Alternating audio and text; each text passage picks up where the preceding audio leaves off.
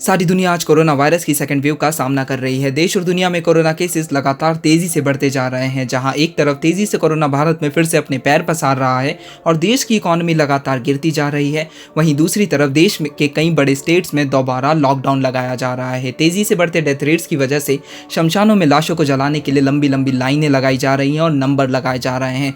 सारे हॉस्पिटल्स पूरी तरह से भरे हुए हैं और किसी भी हॉस्पिटल्स में पेशेंट्स के लिए बेड्स अवेलेबल नहीं है। दवाइयों की कमी की वजह से पेशेंट्स को समय पर दवाइयां नहीं मिल पा रही हैं और हालात इतने ख़राब होते जा रहे हैं कि देश के कई बड़े शहरों में ऑक्सीजन अवेलेबल ही नहीं है और कई शहरों में केवल कुछ घंटों का ही ऑक्सीजन सप्लाई बचा है। इसलिए लोग खुद ही अपनी फैमिली मेम्बर्स के लिए ऑक्सीजन ढूंढ कर लाने के लिए मजबूर हो गए हैं। पर अब सवाल ये उठता है कि ऐसा क्यों हो रहा है, हमारे देश में ऑक्सीजन की इतनी कमी क्यों हो रही है और ऑक्सीजन की सही कीमत क्या है। तो आइए देखते हैं।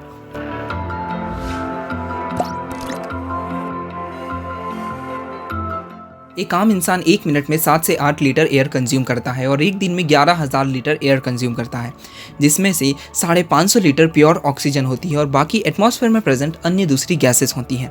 यानी कि एक हेल्थी पर्सन के लिए दिन में 550 लीटर ऑक्सीजन की रिक्वायरमेंट होती है। पर अभी के इस कोरोना पैंडेमिक के टाइम में हमारे देश में कई बड़े शहरों में ऑक्सीजन अवेलेबल ही नहीं है, जिससे सारे पेशेंट्स ऑक्सीजन की कमी की वजह से अपनी जान देने पर मजबूर हो गए हैं। ऐसे ही हालात 2020 के वक्त भी हुए थे जब देश में ऑक्सीजन की कमी हुई थी, लेकिन सरकार ने उससे कोई सीख नहीं ली, जिसकी वजह से आज 2021 में एक बार फिर से हमें ऑक्सीजन की कमी का सामना करना पड़ रहा है। जनरली हमें 2 तरह के ऑक्सीजन सिलेंडर्स देखने को मिलते हैं। पहला सिलेंडर एक छोटा सिलेंडर होता है जिसमें 650 लीटर प्योर ऑक्सीजन होती है और जो दूसरा सिलेंडर होता है वो इस छोटे वाले सिलेंडर से 4 गुना बड़ा होता है। एक पेशेंट जो कि खुद से सांस ले पा रहा है और उसे किसी प्रकार के वेंटिलेटर की ज़रूरत नहीं है सांस लेने के लिए, उस पेशेंट को 4 से 5 लीटर ऑक्सीजन पर मिनट की रिक्वायरमेंट होती है। और जो पेशेंट खुद से सांस नहीं ले पाते हैं उन्हें वेंटिलेटर पर रखा जाता है और जिन पेशेंट्स को वेंटिलेटर पर रखा जाता है उन्हें 1 मिनट में 25 से 30 लीटर ऑक्सीजन की रिक्वायरमेंट होती है। और कोरोना के सेकेंड वेव में तो पेशेंट्स को 1 मिनट में 30 से 60 लीटर ऑक्सीजन की रिक्वायरमेंट है और कई सारे पेशेंट्स को उससे भी ज़्यादा। अब लगातार बढ़ती मेडिसिन और ऑक्सीजन की रिक्वायरमेंट और लगातार कम होती उसकी अवेलेबिलिटी के कारण देश में ऑक्सीजन और मेडिसिन की कालाबाजारी बहुत ज़्यादा बढ़ गई है। बहुत सी जगहों पर ऑक्सीजन अवेलेबल ही नहीं है और अगर मिल भी रही है तो उसके एक्चुअल प्राइस से कई गुना ज़्यादा प्राइस में। कोरोना पैंडेमिक के पहले 1 क्यूबिक मीटर ऑक्सीजन की रीफिलिंग के लिए 1.5 से 2 रुपये लगते थे, जो कि आज 1 क्यूबिक मीटर ऑक्सीजन के लिए 15 से 20 रुपये हो गए हैं। अब इस बारे में सरकार क्या कर रही है? क्या सारी गलती सरकार की है?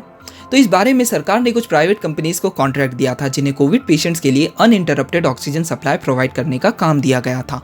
पर उन कंपनीज ने अपने काम को ईमानदारी से नहीं किया और दूसरे देशों में महंगे दामों में ऑक्सीजन बेचकर अपना प्रॉफिट कमाया, जिसकी कीमत आज पूरे देश को चुकानी पड़ रही है।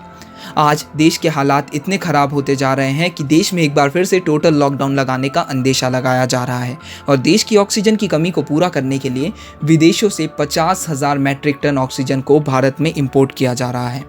और इसके साथ ही कई सारी जगहों पर प्योर मेडिकल ऑक्सीजन के प्रोडक्शन के लिए मैन्युफैक्चरिंग प्लांट्स बनाए जा रहे हैं, जिसमें 1 से 2 महीने का समय लग जाएगा। और ये वो काम है जो सरकार को बहुत पहले ही कर लेना चाहिए थे, पर शायद सरकार चुनाव के काम में कुछ ज़्यादा ही बिजी थी, इसलिए उन्होंने इस काम को ज़रूरी नहीं समझा।